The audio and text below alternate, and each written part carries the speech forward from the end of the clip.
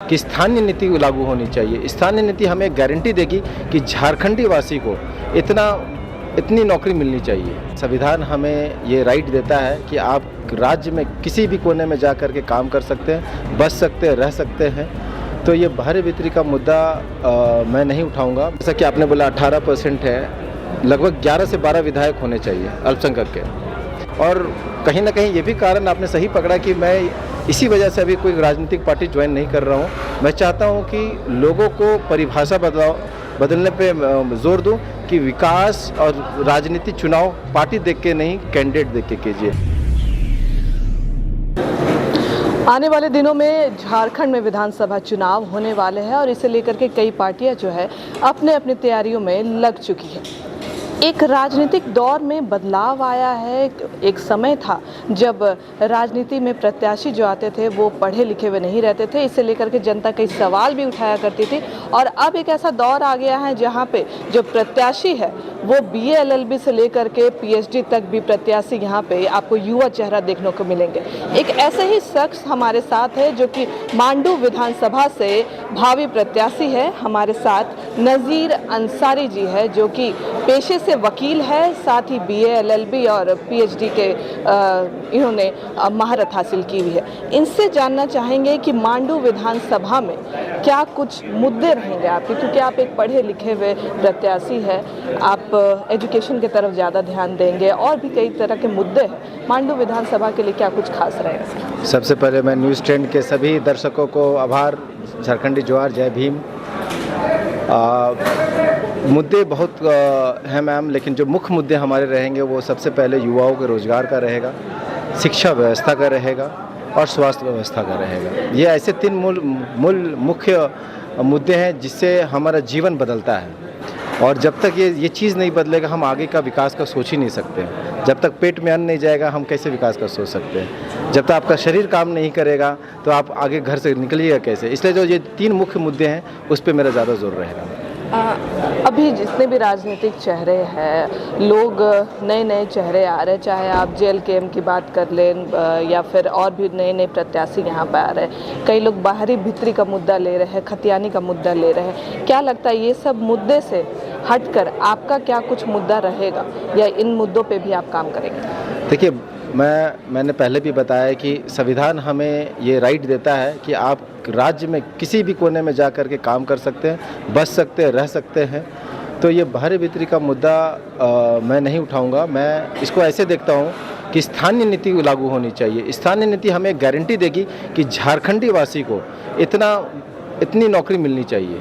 जैसे कि अभी बिहार में ग्रुप C और ग्रुप D ये दोनों नौकरियां जो है बिहारी को ही मिलती है, उसी तरह झारखंड में भी ऐसी नीति का लागू होना चाहिए। क्योंकि हम उससे अलग हुए हैं तो मैं चाहूँगा कि बिहार की नीति ही यहाँ लागू हो जाए। साथ ही साथ जैसे उड़ीसा है तो उड़ीसा में स्थानीय नीति है कि वहाँ जो उड़िया और बंगाली बोलते हैं उनके लिए अलग अलग ये है फैसिलिटी है न्यू।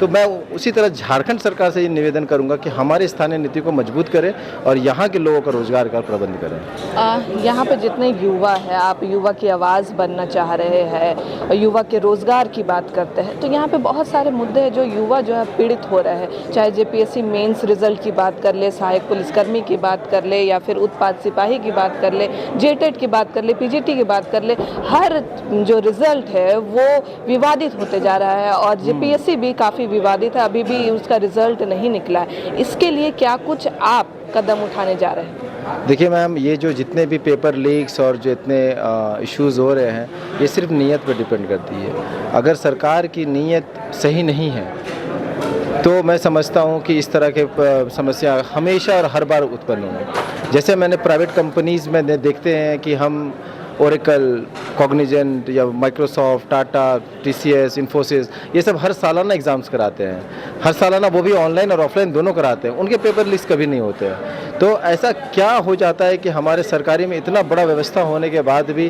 पेपर लीक का मामला, सही टाइम पे एग्ज़ाम नहीं होना, रिज़ल्ट नहीं आना, तो कहीं ना कहीं ये सरकार की विफलता है। और मुझे लगता है कि जब नीयत सही नहीं रहेगी तो काम नहीं होगा।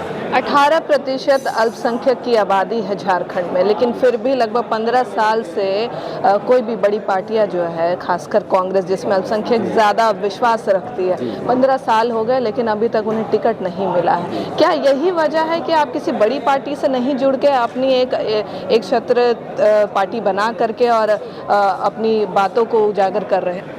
मैम, मैं आपको बता देना चाहता हूँ कि 2000 से लेकर के आज तक 24 साल में, जैसा कि आपने बोला 18% है, लगभग 11 से 12 विधायक होने चाहिए अल्पसंख्यक के, लेकिन हमने देखा है कि 2000 से अभी तक सिर्फ 2 या 4, ऑन एवरेज 2 से 4 विधायक बने हैं। तो मेरा मानना यह है कि जब आप 2 से 4 ही % विधानसभा में आप रिप्रेजेंट करते हैं तो आपकी समस्याएं कैसे सुनी जाएंगी?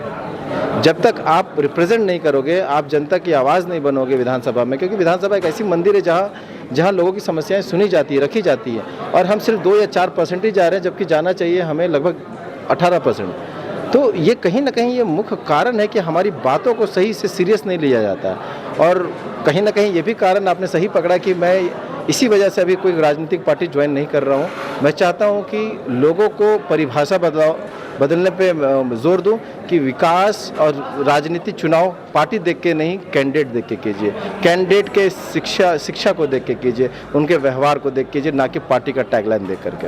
हेमंत सरकार के 5 साल के कार्यकाल को किस तरीके से देखते हैं? अब जब कार्यकाल उनका ख़त्म होने जा रहा है, चुनाव आने वाले हैं, तो वो मैया सम्मान योजना निकाले हैं, पेंशन को काट करके वो मैया लोग को सम्मान दे रहे हैं। मतलब कहने का मतलब ये है कि जो बूढ़े लोग हैं उनके हक अधिकार को काट करके युवाओं को 1-1 हज़ार देने का काम कर रहे हैं, वो भी लाइन में लग के। कैसे देखते हैं? देखिए, ये जो मैया योजना कहीं ना कहीं एक राज्य में कैसा हुआ था कि उन्होंने निकाला कि सरकारी स्कूल में जो बच्चे जाएंगे उनको 500 रुपया फीस लगेगा, और जो प्राइवेट में जाएंगे उसे सरकार 1200 रुपया देगी। तो कोई भी गरीब आदमी सोचेगा कि 500 रुपया क्यों खर्च करे, 1200 रुपया ले ले।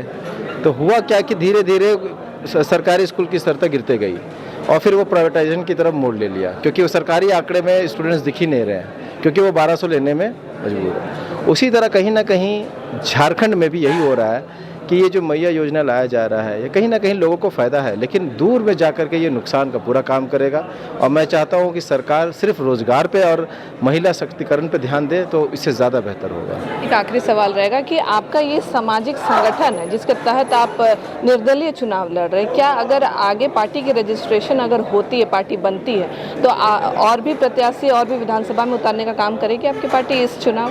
ये तो भविष्य काल की बात होगा, इसको अभी यही रहने देते हैं। आगे क्या होगा नहीं होगा ये हमारी किस्मत पे छोड़ दिया जाए। मतलब निर्दलीय अभी फिलहाल निर्दलीय हूँ, आगे देखते हैं क्या होता है। हम बात कर रहे थे नाजिर अंसारी से, जो कि निर्दलीय रूप से मांडू विधानसभा में चुनाव लड़ने का काम करेंगे। अब देखना यही होगा कि आने वाले चुनाव में इन्हें क्या कुछ सफलता हासिल होती है। फिलहाल इस खबर में इतना ही। बने रहिए द न्यूज़ ट्रेंड झारखंड के साथ। नमस्कार।